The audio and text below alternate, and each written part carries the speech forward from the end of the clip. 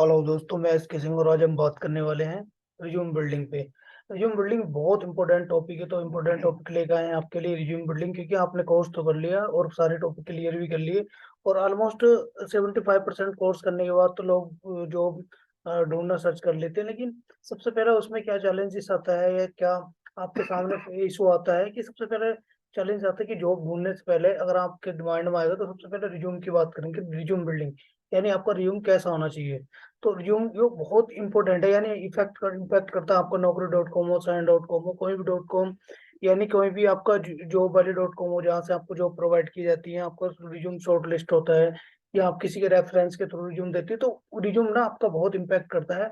यानी एक कह सकते हो एक दो पेज में आपको पूरा नॉलेज दिखाना और आपके बारे में पूरा बताना कि इसको कितना मतलब एक्सपीरियंस वगैरह ये सारी या क्या चीजें सीख रखी हैं, ये सारा हमें देना होता है। और एक ये सिस्टमेटिक वे में और एक फॉर्मेट और ये सारी चीजें होती हैं कि किस वे में इसको डिजाइन करें, कैसे दिखाएं सारी चीजें। यानी कम से कम वर्डों में ज्यादा से ज्यादा चीजें दिखानी, क्लियर होना चाहिए, ये सारी चीजें बड़ा मुश्किल होता है इसको डिजाइन करना। तो आइए आज टॉपिक पे बात करते हैं। मैंने इसमें आपको फ्रेशर एंड एक्सपीरियंस दोनों के लिए एक एक स्टैंडर्ड फॉर्मेट दिया है। ये तो नहीं कह सकता मैं कि इससे बढ़िया फॉर्मेट नहीं होगा, हो सकता है, ये मना नहीं है, लेकिन ये स्टैंडर्ड है। यानी इससे ये स्टैंडर्ड फॉर्मेट है, इसमें आप इसमें कोई भी मतलब किसी तरह की और ये दोनों ही फॉर्मेट जो है एक्सपीरियंस वाला है, फ्रेशर वाला, ये यूज किए गए फॉर्मेट है। Naukri.com पे या आपकी Sign.com हो या Indeed.com पे अच्छा रेस्पॉन्स आया है दोनों फॉर्मेट पे, जो एक्सपीरियंस है और ये फ्रेशर के लिए दोनों जो फॉर्मेट मैंने आपको ये शेयर करने वाला हूँ। और ये दोनों फॉर्मेट फ्रेशर और एक्सपीरियंस दोनों का फॉर्मेट क्या कर सकते हैं, आप डाउनलोड कर सकते हैं। डिस्क्रिप्शन में लिंक दे रखा है, आप वहां से जाके डाउनलोड कर सकते हैं और अपने अकॉर्डिंग या अपने डिटेल इसमें चेंज करके आप उसको अपने लिए Naukri.com या कहीं भी शेयर कर सकते हैं। तो दोस्तों चलिए पहले मैं बात कर लेता हूँ फ्रेशर की। तो फ्रेशर के रिज्यूम में चलते हैं, मैं ले चलता हूँ आपको फ्रेशर के रिज्यूम में। हम चलते हैं फ्रेशर के लिए। ठीक है दोस्तों, ये है फ्रेशर का रिज्यूम, आप देख रहे हैं, ये है फ्रेशर के लिए आपके रिज्यूम। तो फ्रेशर में क्या देखना होता है, सबसे पहले तो मैं आपको बता दूं, अगर फ्रेशर में जब भी आप सबसे पहले क्या देखना है, मैं आपको बेसिक बेसिक चीजें बता देता हूँ। पहला देखना है कि आप फॉर्मेटिंग और जो आपका फॉन्ट साइज और ये फॉर्मेटिंग और टेक्स्ट किस मतलब कौन सा वो ले रहे हैं आप। ये टाइम्स न्यू रोमन्स का मैंने यहाँ ले रखा है। इसका टेक्स्ट का जो फॉर्मेट है वो ले रखा है। और साइज वगैरह ना आपको बिल्कुल प्रॉपरली देखना है, एक ही आपको फॉर्मेट होना चाहिए टेक्स्ट का फॉर्मेट। जैसे टाइम्स रोमन है तो सारे के सारे जितना भी टेक्स्ट आपके इसमें दे रखा है रिज्यूमे में, वो सारा एक ही फॉर्मेट में होना चाहिए। और प्रॉपर क्या अलाइंड होना चाहिए, यानी एक अलाइंड प्रॉपर होना चाहिए, कि ऐसा नहीं कि यहाँ थोड़ा बड़ा कर रखा है। हाँ, कुछ चीजें जैसे नाम वगैरह दे रखा है ये हाईलाइट करना है यानी बोल्ड में लिखना है। तो ये चीजें वो बेसिक बेसिक चीजें, तो इन पे थोड़ा सा ध्यान देना, क्योंकि इनका भी गुड इम्पैक्ट पड़ता है। अब आ जाते हैं कि इससे वो थोड़े एडवांस लेवल की चीजों में।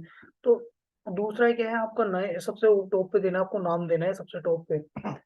और रिज्यूम ना बिल्कुल सिंपल और क्लियर होना चाहिए, एकदम ट्रांसपेरेंट। यानी उसको ये नहीं कि आलतू फालतू चीजें डालोगे आपको लगेगा कि ज्यादा इम्पैक्ट आएगा, पूरा ओवरलोड कर दोगे रिज्यूम को, हैवी रिज्यूम बना दोगे।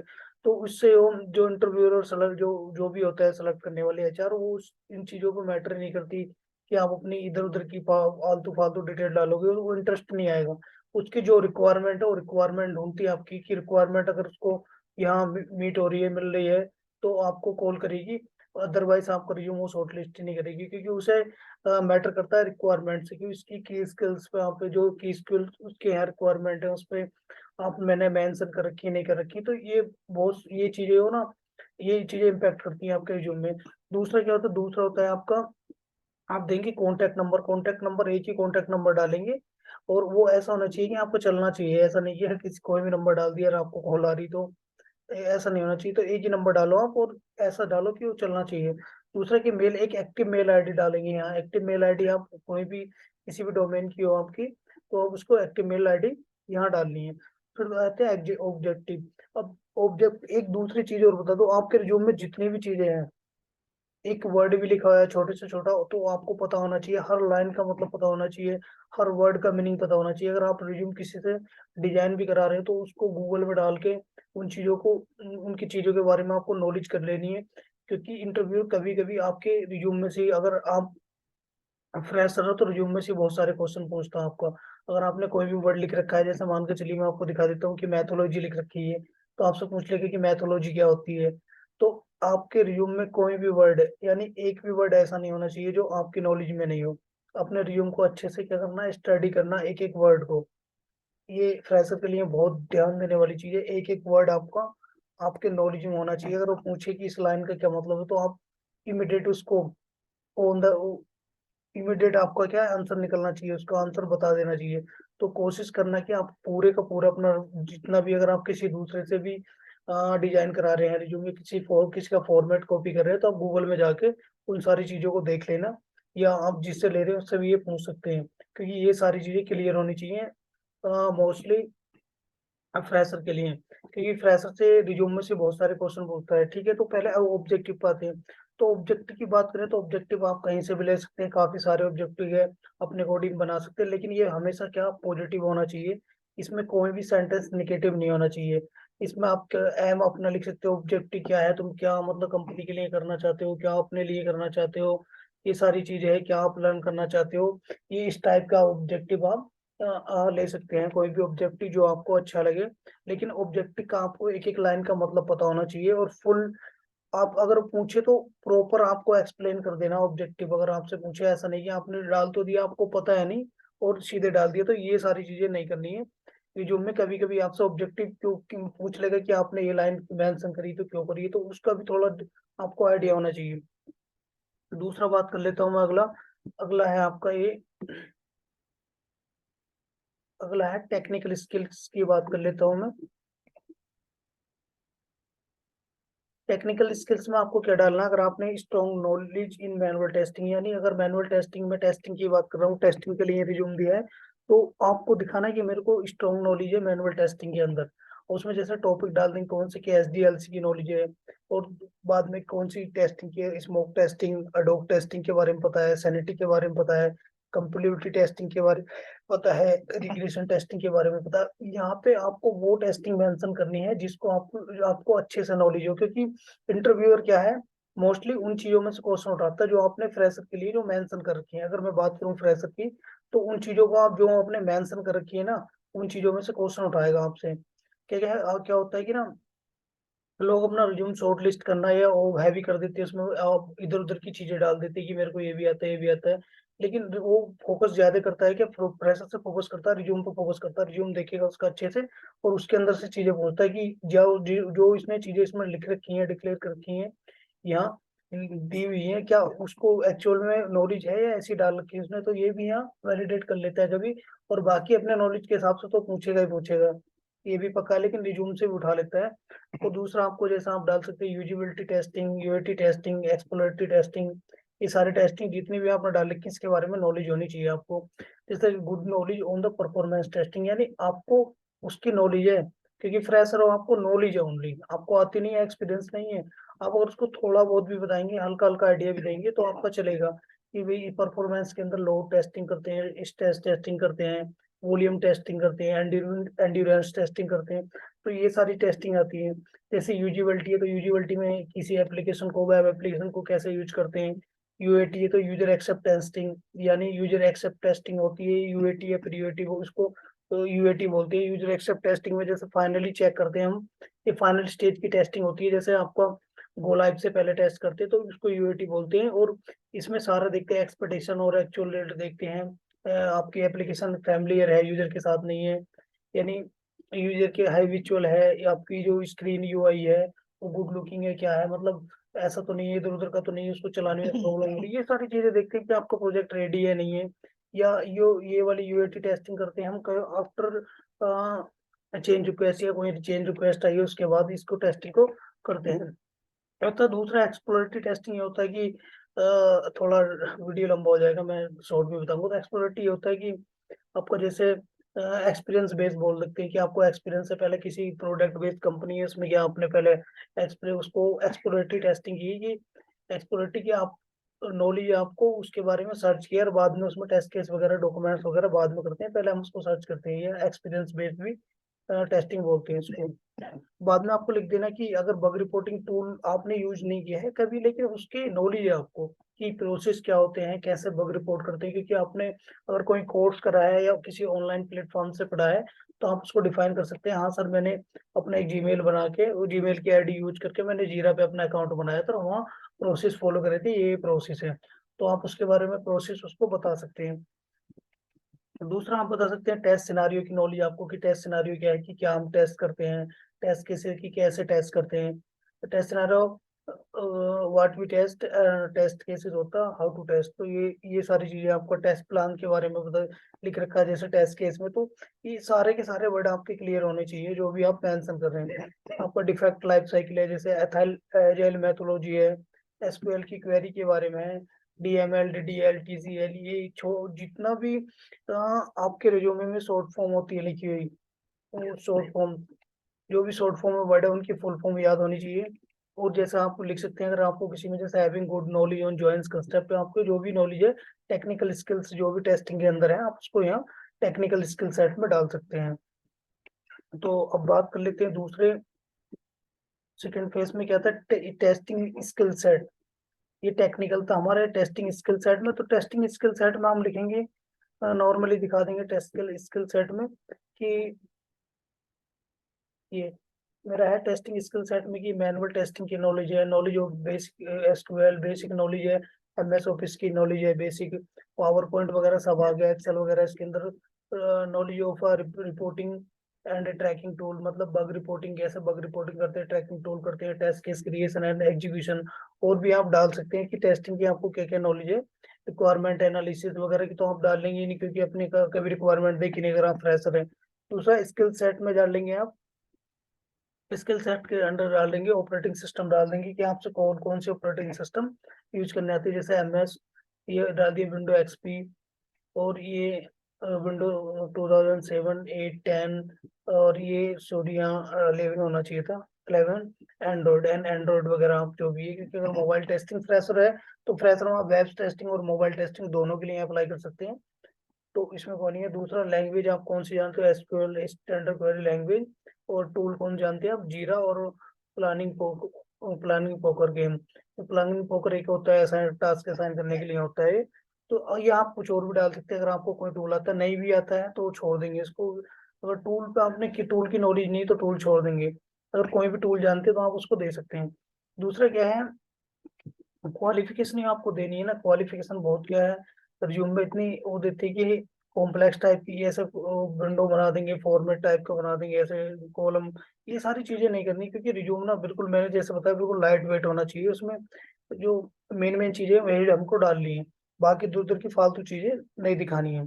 तो जैसे आपने दे दिया बीएससी फ्रॉम दिस कॉलेज या यूनिवर्सिटी, और कौन से स्टेट से की आपने, किस सन में की है दिखा देंगे। दूसरा इंटरमीडिएट कौन से कॉलेज से किया, कॉलेज का नेम, और कहाँ से किया है, किस स्टेट से, और ये ईयर आप उसका ईयर दे देंगे।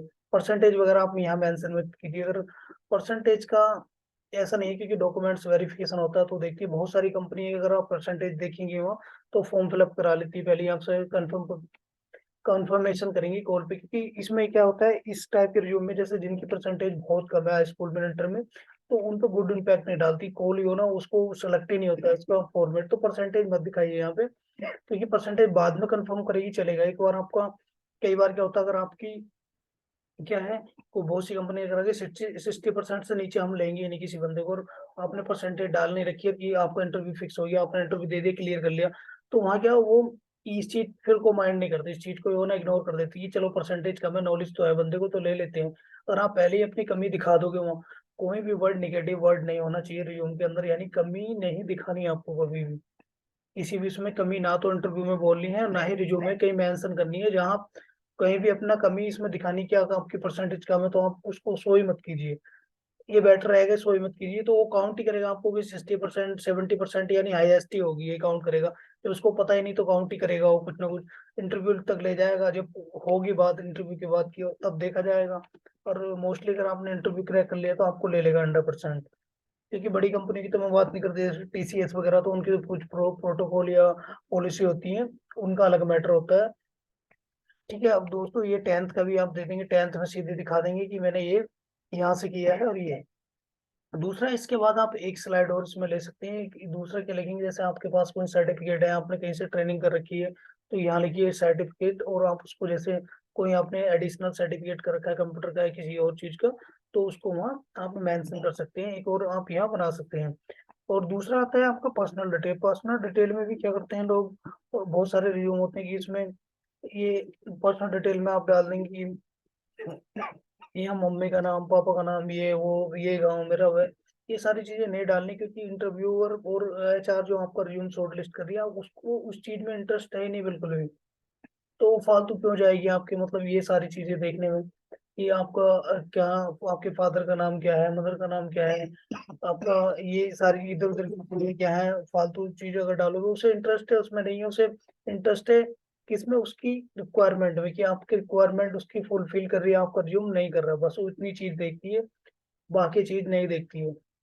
तो आप पर्सनल डिटेल उस इतना मेंशन डिटेल करने की, एक्सप्लेन करने की जरूरत नहीं है, और उसको इंटरेस्ट भी नहीं है आपको रिज्यूम जो सेलेक्ट करी, तो यहाँ आपको दे देना नॉर्मली डेट ऑफ बर्थ देनी, इतनी पर्सनल डिटेल लिखनी माइनर सी एकदम। और दूसरा एड्रेस दे देना। एड्रेस में आप परमानेंट एड्रेस ना भी देंगे चलेगा, और आप कोशिश करिए कि आप करस्पोंड एड्रेस दीजिए। करस्पोंड एड्रेस का मतलब है नियरेस्ट, अगर आप अप्लाई कर रहे हैं नोएडा के लिए, तो नोएडा का कोई आपको नोएडा का दे सकते हैं, जैसे आप दिल्ली के लिए अप्लाई कर रहे हैं तो दिल्ली का दे सकते हैं। जो भी नियरेस्ट ये करस्पोंड एड्रेस है आप वो डालेंगे तो ज्यादा इम्पेक्ट रहेगा। तो आप वो परमानेंट से उसको कोई फर्क नहीं पड़ता, तो आप करस्पॉन्डिंग एड्रेस दीजिए। और यहाँ लैंग्वेज दे दी, आप जितनी भी लैंग्वेज जानते हैं जैसे हिंदी और इंग्लिश, बेसिकली इंडिया में तो हिंदी और इंग्लिश दो ही आप डाल सकते हैं, बाकी अपनी जो भी लोकलाइजेशन लोकल लैंग्वेज आपकी वो भी यहाँ दे सकते हैं। बाद में कि ये सेंटेंस ऐड कर देना आपने, और ये कि जो भी इंफॉर्मेशन दी है मैंने वो मतलब ठीक है, मेरी तरफ से जो भी है ये सेंटेंस आप लगा देंगे। तो ये आपका फ्रेशर का जो ये था आपका फ्रेशर का फॉर्मेट, और फ्रेशर का ये फॉर्मेट आपको मिल जाएगा डिस्क्रिप्शन में, आप वहां से लिंक देख और आप इसको डाउनलोड कर सकते हैं। ये नहीं है कि मैं कह रही हूँ प्रॉपर फॉर्मेट है, अपने अकॉर्डिंग भी आप इसमें कुछ ऐड ऑन कर सकते हैं, लेकिन मैं ये बता रहा हूँ कि ये स्टैंडर्ड फॉर्मेट है, और ये सिंगल पेज में बनाया है। अगर आप फ्रेशर में तो सिंगल पेज में, ये नहीं कि 2-3 पेज में बना दिया, लंबा चौड़ा बना दिया, ये चीज मतलब फ्रेशर के लिए ठीक नहीं है, ये बाकी इधर उधर की चीजें डालनी। और मैं दोबारा आपसे फिर से रिक्वेस्ट करता हूँ ये कि ये सारी चीजें रिज्यूम में अगर एक भी वर्ड मेंशन कर रखा है आपने, तो उस वर्ड का आपको पता होना चाहिए बिल्कुल क्लियरली, आपको नॉलेज होनी चाहिए हर वो चीज की जो आपने रिज्यूम में मेंशन कर रखी है। कोई भी आपके रिज्यूम में ऐसी चीज ऐड ना हो जिसकी आपको नॉलेज ही नहीं है और आपने ऐड कर रखी है, क्योंकि आपको इंटरव्यू वहीं पहुंच देगा। और आप कोशिश करिए कि जो चीजें जैसे यहाँ दे रखी है, जो चीजें आपको अच्छे से आती है, जो टेस्टिंग या टेक्निकल स्किल्स आपको अच्छे से आता है, उसको हाईलाइट कीजिए टॉप पे। और जिसमें आपको थोड़ा थोड़ा थोड़ा कम नॉलेज है, डाउट है कि आप एक्सप्लेन नहीं कर पाएंगे, तो उन्हें थोड़ा आप क्या करेंगे, थोड़ा नीचे नीचे की साइड यानी यहाँ मेंशन करिए, क्योंकि वो ना आपका रिज्यूम जो भी इंटरव्यूअर है तो इधर उधर से नहीं, तो वो टॉप से पूछना स्टार्ट करता है, तो उधर से जैसे पढ़ना स्टार्ट करेगा तो आपसे क्वेश्चन क्वेश्चन भी उसी हिसाब से क्या है पुटअप करने स्टार्ट कर देगा। अगर आप स्टार्टिंग के क्वेश्चन 2-4 क्वेश्चन अच्छे बताते हो तो उसका भी गुड इम्पैक्ट पड़ता है, अगर स्टार्टिंग आपकी अच्छी हो जाए तो बाकी का अगर थोड़ा बाद में थोड़ा डाउन भी जाएगा तो सिलेक्शन होने के पूरे पूरे चांस रहते रहते हैं। तो रिज्यूम को लाइट वेट रखना है, और ये सारी चीजें स्पेलिंग मिस्टेक और कोमा ये प्रॉपर ध्यान रखना है इन चीजों का, कि कहाँ कोमा लगाना, कहाँ गैप रखना। ये फॉर्मेटिंग बहुत ज्यादा आपको ध्यान देनी है। कैपिटल और स्मॉल लेटर का भी आपको ध्यान रखना है आपके उसमें। सेंटेंस प्रॉपर होना चाहिए एकदम, उसका मीनिंगफुल सेंटेंस होना चाहिए जो भी आप लिख रहे हैं, और आपको तो पता ही होना चाहिए एक बार। ठीक है, तो दोस्तों ये था आपका फ्रेशर के लिए, और आपको इसका फॉर्मेट चाहिए तो प्रॉपर फॉर्मेट में डिस्क्रिप्शन में दे दूंगा। और हम बात करते हैं, अब बात करने वाले हैं एक्सपीरियंस के लिए। तो मैं एक्सपीरियंस का एक फॉर्मेट दिखाता हूँ, ये था मेरा फ्रेशर का फॉर्मेट। मैं चलिए मैं लेने चलता हूँ आपको एक्सपीरियंस के फॉर्मेट पे। ठीक है दोस्तों, हम बात करते हैं एक्सपीरियंस के फॉर्मेट के लिए।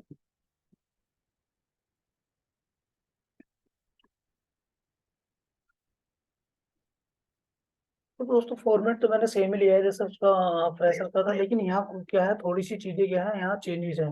जैसे यहाँ आपका थोड़ा अगर आप ये आपका नाम ये ठीक रहे, नाम तो सेम ही रहेगा, मोबाइल नंबर भी आप सेम लिख सकते हैं, ईमेल आईडी भी आप मतलब उसी की तरह। ऑब्जेक्टिव क्या है, थोड़ा स्ट्रॉन्ग होना चाहिए ऑब्जेक्टिव, ऐसा नहीं है अगर फ्रेशर है तो फ्रेशर में तो आप कुछ भी डाल देंगे चलेगा थोड़ा, लेकिन यहाँ आप इस एक्सपीरियंस के लिए थोड़ा सा, अगर 1-2 साल का एक्सपीरियंस भी दिखा रहे हैं हम, तो थोड़ा सा स्ट्रॉन्ग होना चाहिए। स्ट्रॉन्ग का मतलब है कुछ मीनिंगफुल होना चाहिए, एकदम पॉजिटिवली होना चाहिए, यानी एकदम अट्रैक्टिव टाइप का होना चाहिए, कि उसको लगना चाहिए कि हाँ आपका ऑब्जेक्टिव पढ़ के कि हाँ वो लाइन में थोड़ा दम होना चाहिए। इस टाइप का क्या है, आप यहाँ ऑब्जेक्टिव क्या करेंगे डिफाइन करेंगे, अगर आप हाँ एक्सपीरियंस है। और दूसरी चीज, अगर नेक्स्ट चीज लेता हूँ मैं आपका, नेक्स्ट रहते हैं एक्सपीरियंस के लिए, नेक्स्ट रहते हैं एक्सपीरियंस के लिए प्रोफाइल, प्रोफाइल समरी में। तो सबसे पहले लाइन क्या आपको यहाँ ऐड करनी है, सबसे पहले आपको दिखाना है कि आपको एक्सपीरियंस कितना है, ओवरऑल एक्सपीरियंस कितना है। ठीक है, आपके रिज्यूम में पहले देखता है रिज्यूम में कि ओवरऑल एक्सपीरियंस यानी एक्सपीरियंस कितना आपको। जैसे यहाँ देखा 4+ है, 4+ का मतलब है कि ये आप बोल सकते हैं 4 साल, 2 महीने, 3 महीने, 4 महीने, 5 महीने, यानी 6 महीने नहीं होगा। 6 महीने होगा तो 4.5 लिख देगा कि वो मान जाएगा कि 4 से 6, मतलब 1 से 6 महीने के बीच तक हो सकता है, 5 महीने के बीच तक होता है, तो 4+ यहाँ लिख रखा है। आप जैसे आपका 2 साल 3 महीने का है तो आप 2.2+ लिख सकते हैं। अगर आपका ज्यादा का है तो आप सीधे 2.5 लिख देंगे। तो आप यहाँ क्या मेंशन करेंगे कि ओवरऑल एक्सपीरियंस क्या है, आपको मेंशन करना है कि आईटी में मेरा इतना एक्सपीरियंस है। दूसरा आप यहाँ लिखेंगे कि इन्वॉल्वमेंट किसमें, टेस्ट लाइफ साइकिल में, जैसे टेस्टिंग में, experience in manual testing, experience familiar with the bug tracking tool and process, यानी बग ट्रैकिंग जैसे जीरा पे आप बग ट्रैकिंग रिपोर्ट करते हैं और ट्रैकिंग करते हैं।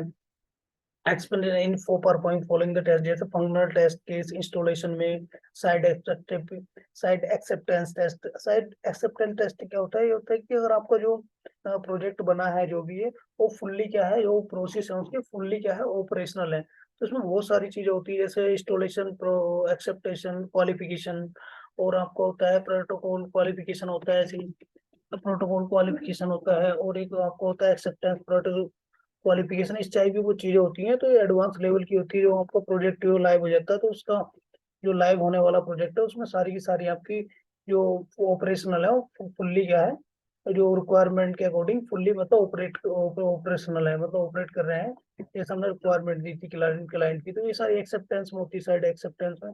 और आपकी इंटरपर्सनल स्किल्स आप डाल देंगे कि हाँ है आप जो क्विक लर्न है कि कोई भी चीज जल्दी से सीख जाते हैं। वर्सेटाइल है यानी किसी चीज में भी अडेप्टेबल कर लेंगे, अडेप्टेबल और अडेप्टेबल है यानी किसी भी एनवायरनमेंट में अडेप्ट हो जाएंगे। Process oriented with high customer satisfaction, यानी आप उस प्रोसेस को ओरिएंटेड करते हैं जो हाई कस्टमर सेटिस्फेक्शन चीजें होती हैं, ऐसा प्रोसेस क्या आप फॉलो करते हैं, ओरिएंटेड है। तो ये सारी चीजें बेसिक नॉलेज, जैसे हमने लिखे basic knowledge of MS Office specially Word and Excel.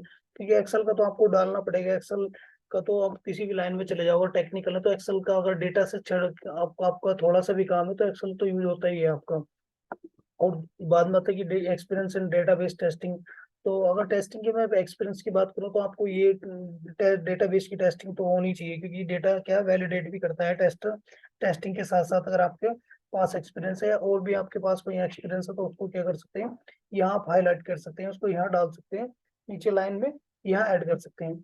तो ये चलते हैं नेक्स्ट लाइन में।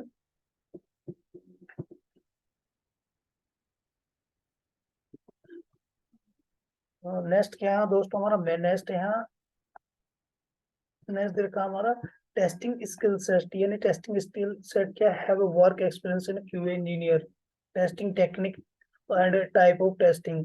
दूसरा knowledge of analysis design use cases, यानी रिक्वायरमेंट एनालिसिस की नॉलेज है, डिजाइनिंग की नॉलेज है कि टेस्ट केस डिजाइन वगैरह कैसे होते हैं, यूज केसेस यानी यूज केस लिखने, एप्लीकेशन कैसे यूज केस होती है, मतलब यूज होती है। दूसरा है knowledge test level and knowledge SDLC concept tracking tool test case preparation and creation, यानी सारा क्या है उसका एसडीएलसी के कंसेप्ट क्लियर है, कैसे टेस्ट केस बनते हैं, प्रिपरेशन होते हैं, क्रिएशन होते हैं, कैसे एग्जीक्यूशन करते हैं, कैसे बग रिपोर्ट करते हैं, और कैसे क्या है रिपोर्ट रिपोर्ट सबमिट करते हैं, यानी अपने क्यूए मैनेजर को। ये सारी चीजें क्या है यहाँ इसमें डिफाइन कर रखी है। लेकिन knowledge of emulator full Android application testing यहाँ दे रखा है कि उसको नॉलेज है, उसके पास नॉलेज है कि मोबाइल टेस्टिंग कैसे करते हैं थ्रू एमुलेटर के थ्रू, और using Android application, Android studio application, यहाँ एंड्रॉइड नहीं, एंड्रॉइड एप्लीकेशन नहीं होगा, ये होगा Android studio, Android application testing. नहीं ये ठीक है, knowledge of emulator for application, यानी ये ठीक है सेंटेंस की, ये बोल रहा है कि कि नॉलेज है मेरे पास एप्लीकेशन में, जो हम एंड्रॉइड एप्लीकेशन टेस्ट करते हैं एमुलेटर के थ्रू, क्योंकि ये एंड्रॉइड स्टूडियो में हम क्रिएट करते हैं, वर्चुअल डिवाइस क्रिएट कर लेते हैं मोबाइल एप्लीकेशन के लिए टेस्टिंग करने के लिए। तो ये एमुलेटर उसके लिए होता है, ये होता है एंड्रॉइड के लिए, और सेमुलेटर होता है आपका आईफोन के लिए। दो चीज आपको यहाँ एमुलेटर और सेमुलेटर होता है। और दोस्तों नेक्स्ट में चलता हूँ, मैं स्किल सेट में चलता हूँ एक्सपीरियंस के लिए। तो एक्सपीरियंस के लिए स्किल सेट पे देख लेते हैं। तो देखिए एक्सपीरियंस के लिए आपका स्किल सेट है, जैसे आपको दे रखा है कि ओएस कौन सा, एमएस, विंडो, एक्सपी, और ये विंडो तो सारे आप डाल सकते हैं जो आप फ्रेश में डाल के, जैसे यहाँ लेटेस्ट चल रही है विंडो 11 चल रही है तो विंडो 11 आप डाल सकते हैं। ये मिस हो गया है, डालना चाहिए था।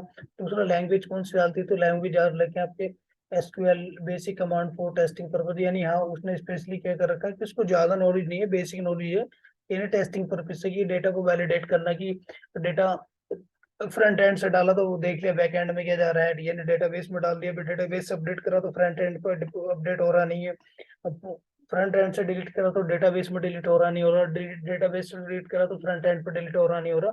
ये सारी इधर उधर की चीजें आप क्या है देख लेते हैं इसमें बेसिक कमांड्स में, यानी डीपली नॉलेज अगर बात करें जैसे ट्रिगर वगैरह हो, जॉइंट्स वगैरह हो, इस टाइप की नॉलेज बंदे को नहीं है तो उसने पहले क्या मेंशन कर सकते हैं। दूसरा क्या आईडी कौन सी यूज की है आपने, एंड्रॉइड स्टूडियो आईडी की है मोबाइल टेस्टिंग के लिए, जो वैसे कर रखी थी ये वाली आईडी इसने यूज की बंदे ने। टेक्नोलॉजी क्या क्या यूज की थी, वेब वेब मोबाइल एप्लीकेशन, मतलब वेब एप्लीकेशन उन्होंने टेस्ट करी है, मोबाइल एप्लीकेशन टेस्टिंग करी है, यानी दो टेक्नोलॉजीज ने यूज करी है। और टेस्टिंग टूल कौन सा यूज किया है, टेस्टिंग टूल की बात करी है, कौन सा टूल यूज करा टेस्टिंग में उसने, तो ये बग रिपोर्टिंग के लिए जीरा टूल उसने क्या किया है यूज किया है, तो उसने यहाँ मेंशन कर रखा है। बाकी आप बाकी अगर आप जैसा आपने टूल में देखा, जैसे इसमें जीरा मेंशन कर रखा है इस रिज्यूमे में, तो हो सकता है कि आपको आसना पे हो, बग बग जिला पे हो, बहुत सारे टूल हैं बग रिपोर्टिंग के मार्केट में, अगर आपको एक पे भी नॉलेज है ना तो आप डाल सकते हैं, क्योंकि सिमिलर टाइप के होते हैं, सारे प्रोसेस सबका सेम से होता है, बस ये कि एट्रीब्यूट या थोड़े पैरामीटर्स चेंज होते हैं। तो एक दो बार अगर आप करेंगे, एक दो दिन, ये दो चार दिन में अगर आपको नॉलेज है तो आप इसको रिपोर्टिंग इजीली कर सकते हैं। तो ये चीज मैटर नहीं करती, अगर आपका एक टूल पे एक्सपीरियंस है तो वो यानी एक्सेप्टेबल होता है, क्योंकि अगर आपने जीरा पे किया है तो बग जिला पे कर सकते हैं, आसना पे कर सकते हैं, आपको ट्रेनिंग दी जाएगी तो आप इजीली सीख जाएंगे, तो ये चीज मैटर नहीं करती, लेकिन आपको एक्सपीरियंस एक चीज पे मिनिमम होना चाहिए, एक बग रिपोर्टिंग टूल पे एक्सपीरियंस होना चाहिए, तो आप मेंशन कर सकते हैं। दूसरा क्या है एक्सपीरियंस समरी, एक्सपीरियंस समरी में क्या दिखाना है हमें, अगर आपको बहुत से क्या आज के डेट में मार्केट में कि फेक एक्सपीरियंस लगा के आपने थोड़ी नॉलेज ली तो उस चीज में, तो ये सारी चीजें ना उनके लिए बहुत जरूरी है समझना, अंडरस्टैंड करना, अंडरस्टूड हो जाना, बहुत जरूरी है, क्योंकि वो ना इस चीज को थोड़ा, क्योंकि जिसने रियल एनवायरमेंट में काम किया तो वो चीजों को अच्छे से एक्सप्लेन करेगा, और रिज्यूम भी मैटर करता है, बिल्कुल मैटर करेगा, एक्सपीरियंस हो या फ्रेशर हो, तो उसके लिए बहुत सारी ये चीजों का ध्यान रखना बहुत जरूरी, कि वो केयरफुली सारी चीजों को क्या यहाँ डिफाइन करिए, और उसको डेटा भी याद होना चाहिए। तो अब आ जाते हैं एक्सपीरियंस समरी पे, एक्सपीरियंस समरी में क्या डालेंगे हम, सबसे पहले कंपनी का नाम डालेंगे, और ये डालेंगे तो हम लेटेस्ट कंपनी का नाम डालेंगे, मतलब लेटेस्ट का जिसमें अभी आप वर्किंग हो या अभी आपने वर्क छोड़ा है एक दो महीने पहले, या तो ये लास्ट लास्ट कंपनी का नाम हुआ है, सबसे जो लास्ट कंपनी होगी तुम्हारी, ठीक है, यहाँ जिसमें वर्किंग हो वो कंपनी का नाम होगा, टॉप पे रखेंगे हम, जैसे हम क्वालिफिकेशन रखते हैं कि जो हमारी हाईएस्ट क्वालिफिकेशन होती है उसको ऊपर रखते हैं, फिर नीचे नीचे डाउन करते जाते हैं, ऐसी क्या कंपनी रखेंगे जो हमारी करंट है उसको ओल्ड है, ओल्ड वन, ओल्ड उसके ओल्ड, तो ऐसे सारी कंपनियों क्या मेंशन करेंगे, जैसे हमने देखा कंपनी का नाम यहाँ कि किनफाइन कंप्यूटर सॉल्यूशन में काम किया है, कब से किया है, वर्किंग है अभी, सिंस कब से, 1 जनवरी 2020 से वर्किंग है, और अब तक वर्किंग चल रहा है इसी कंपनी में, ठीक है, पोस्ट क्या है, क्यूए टेस्ट इंजीनियर की पोस्ट है मेरी, प्रोजेक्ट डिटेल लिख देंगे, प्रोजेक्ट का टाइटल यानी प्रोजेक्ट का नाम क्या था, तो इंडिया इंटरनेशनल सेंटर या सेंटर सॉफ्टवेयर था, प्रोजेक्ट का नाम, प्लेटफॉर्म क्या था, यानी विंडो कौन सी यूज कर रहे थे हम, तो विंडो 2010 प्रोफेशनल यूज कर रहे थे, टेक्नोलॉजी वहाँ क्या थी, तो टेक्नोलॉजी यानी प्रोग्रामिंग लैंग्वेज जावा थी वहाँ, और फ्रेमवर्क क्या था, तो ओबिज फ्रेमवर्क यूज कर रहे थे, डेटाबेस क्या था आपका, डेटाबेस आप पोस्टग्रेस वहाँ यूज कर रहे थे, तो ये सारी चीजें मेंशन करेंगे। टूल कौन सा यूज किया आपने, जीरा टूल किया है, सब बग रिपोर्टिंग के लिए जीरा टूल किया है, एंड्रॉइड स्टूडियो आपको मोबाइल टेस्टिंग के लिए यूज किया है। और यहाँ देख लेते हैं आप आगे की एक्सपीरियंस में कि यहाँ आपने कि आपकी रिस्पॉन्सिबिलिटी क्या थी, यहाँ रोल एंड रिस्पॉन्सिबिलिटी क्या थी, तो रोल एंड रिस्पॉन्सिबिलिटी इस प्रोजेक्ट में क्या थी ये देख लेते हैं। रोल रिस्पॉन्सिबिलिटी आपकी ये थी कि writing test case and based on functional requirement specification, जो आपकी एफआरएस थी, एफआरएस यानी फंक्शनल रिक्वायरमेंट स्पेसिफिकेशन, उसके बिहाफ पे क्या लिखा है आपने, टेस्ट केस लिखे हैं, testing of web application based on client design and requirement, यानी क्लाइंट आपने डिजाइन किए हैं application based client design and requirement, ठीक है।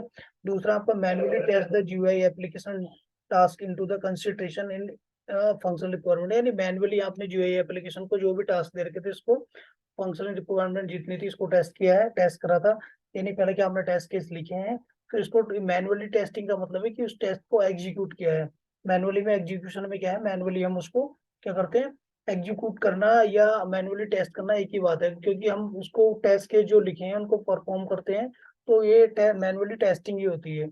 दूसरा बग रिपोर्टिंग, यानी जो टेस्ट केस की है उसका टेस्ट रिपोर्ट क्या है, उसको रिपोर्ट करना, या बग को आपकी कोई बग मिल रही है टेस्ट केस में तो उसको रिपोर्ट करना जीरा पे, उसको ट्रैकिंग करना, ये जीरा का उसने जीरा टूल पे ये किया है, अपने मैनेजर को टूल किया है, जो भी रिपोर्ट आई है इसको सबमिट की है ओवर द जीरा।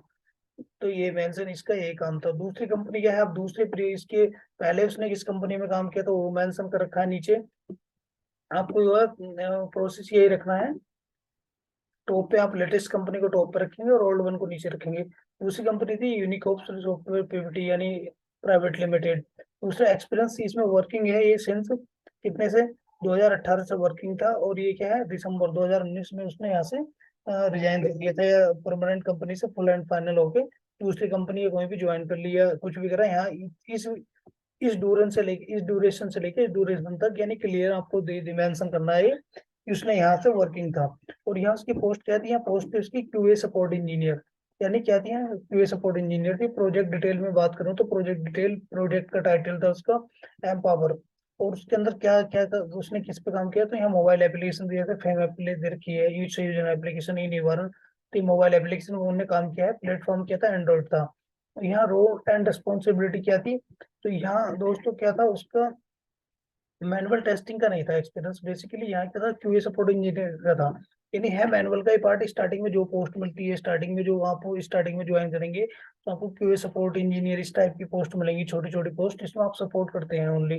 तो सपोर्ट में उसकी रोल एंड रिस्पॉन्सिबिलिटी क्या थी, हाँ रोल एंड रिस्पॉन्सिबिलिटी थी इसकी, जैसे हैंडल यूजर क्वेरी रिलेटेड था एप्लीकेशन, यानी एप्लीकेशन से रिलेटेड कोई भी यूजर क्वेरी थी, ये और सेटिस्फाइड टू यूजर, यानी यूजर ये रियल इन्वायरमेंट की बात कर रहा हूँ, जैसे आफ्टर गो लाइव हो जाता है तो उसमें सपोर्ट, एक सपोर्ट होता है, सपोर्ट वाली टीम होती है, तो ऐसे सपोर्ट की तरह काम करती है, इसको पूरी की पूरी क्या है एप्लीकेशन सिखा दी जाती है कि ऐसे काम करेगी प्रॉपरली, वो सारे जानता है ये सारी की आपकी एप्लीकेशन कैसे काम करेगी। जैसे कोई क्वेरी होती है लाइव में आपके इसके आपके जैसे क्लाइंट की क्वेरी होती है, तो वो क्या है स्टार्टिंग में तो कोई भी जानता नहीं है पूरे पूरे का सॉफ्टवेयर चलाना, तो वो क्यूए सपोर्ट जो सपोर्टर होता है, सपोर्ट वाले बंदे होते हैं क्या होते हैं उसको हेल्प करते हैं चलाने में, वो कहीं स्टक हो जाता है, उसको कुछ चीज समझ में ना आती है, तो वो सारी चीजें उसको एक्सप्लेन करते हैं अच्छे से, या उसकी कोई भी क्वेरी होती है उसको सॉल्व करते हैं।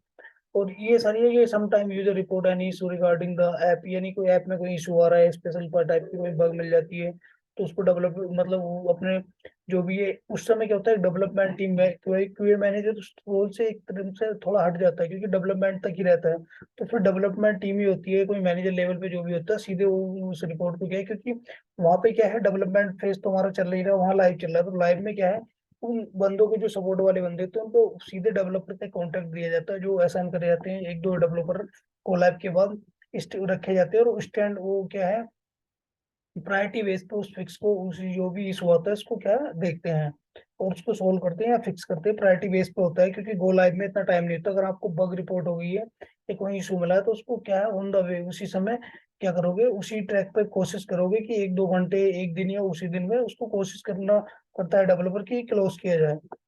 तो ये होता है, ये रिपोर्ट भी क्यूए सपोर्ट इंजीनियर में रिपोर्टिंग भी करते हैं अगर कोई इशू आता है लाइव के अंदर। नेक्स्ट देख लेते हैं हम क्वालिफिकेशन। क्वालिफिकेशन हम सेम रखेंगे, ज्यादा कॉम्प्लेक्स नहीं रखेंगे, सेम क्वालिफिकेशन का भी मैं एक्सप्लेन कर देता हूँ आपका एक्सपीरियंस के लिए। क्वालिफिकेशन आपको कुछ नहीं था, सेम क्वालिफिकेशन आपने की, हाईएस्ट क्वालिफिकेशन आपकी क्या है और किस आपने कॉलेज से यूनिवर्सिटी से की है, किस स्टेट से की है, किस सन में की है मेंशन कर देंगे। फिर इंटरमीडिएट आपने कब किया है, किस कॉलेज से किया है, कौन से स्टेट से, सेम ऐसे ही आपको 10th पे कर देंगे। तो पर्सनल में आपको ज्यादा इधर उधर का अगर एक्सपीरियंस है आप तो एक्सपीरियंस में तो बिल्कुल मत डालिए, बिल्कुल ये गुड इम्पैक्ट नहीं होता है ये सारी चीजें डालने की, इधर उधर की आप डालिए, अपना डेट ऑफ बर्थ डाल दिए, एड्रेस डाल दीजिए करंट, और लैंग्वेज डाल दीजिए, इतना काफी है। तो दोस्तों ये था हमारा आज का पूरा जो मैंने बताया आपको फुल्ली। कहाँ गया, ये चलते हैं, ये स्क्रीन और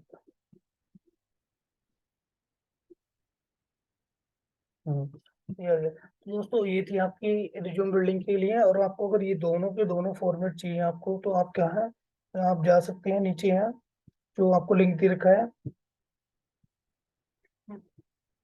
इस लिंक पे जा सकते हैं। डिस्क्रिप्शन में आपको लिंक दिया हुआ है, डिस्क्रिप्शन में जाके आप दोनों के दोनों फॉर्मेट, फ्रेशर के चाहिए तो फ्रेशर का डाउनलोड कर सकते हैं, एक्सपीरियंस का चाहिए तो एक्सपीरियंस का डाउनलोड कर सकते हैं। और आपको फिर भी कोई क्वेरी तो आप क्या कमेंट सेक्शन में जाके लिख सकते हैं, तो आपको उसमें 100% आपको रिप्लाई करने का कोशिश करेंगे। और दूसरे क्या, आप प्लीज हमारे चैनल को लाइक, वीडियो को लाइक एंड चैनल को सब्सक्राइब कर लीजिए। तो दोस्तों मिलते हैं नेक्स्ट वीडियो में, और आपको नेक्स्ट वीडियो में बताने वाला हूँ कि ये रिज्यूम जो बनाया है आपने रिज्यूम, तो उसको naukri.com, assign.com, ये जो आपकी जितने भी .com है, ये नौकरी टाइप की जो नौकरी प्रोवाइडर वाले हैं, तो इन पे कैसे आईडी बनाते हैं, उसमें कैसे आपको आईडी बनानी है, क्या चीज करनी है, सारा वो लोग प्रोसेस में बताने वाला हूँ नेक्स्ट वीडियो में, तो ये भी इंपॉर्टेंट होगी। तो दोस्तों मिलेंगे एक नए टॉपिक के साथ नेक्स्ट वीडियो में। जब तक के लिए take care, bye bye, thank you.